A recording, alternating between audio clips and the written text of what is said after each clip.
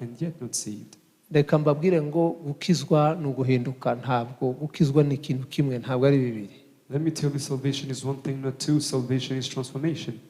Gukizwa iyo ukijijwe, imirimo y'umukristo iragukurikirana. When you're saved, then the works of Christianity follow you. Ibitekerezo by'umukristo bikubamo. The thoughts of Christianity live within you. They dwell Inzozi within you. z'umukristo zikubamo.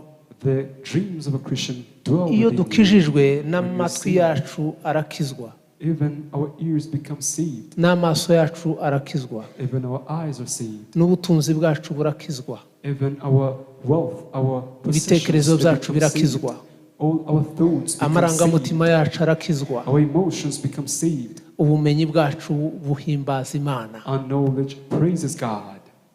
Amen. Amen. Amen. Amen. Vuga ngo gukizwa, iyo ukijijwe n'ubutunzi bwawe burakizwa. Say that when you are saved, then your fortune, your wealth, your possessions, Amaso they yawe become saved as arakizwa. well. Your eyes become saved. Ururimi rwawe rurakizwa. Your tongue is saved. Amen. Amen. Ururimi rwawe rurakizwa. Your tongue then becomes saved. Amarangamutima yawe arakizwa. Your emotions become saved.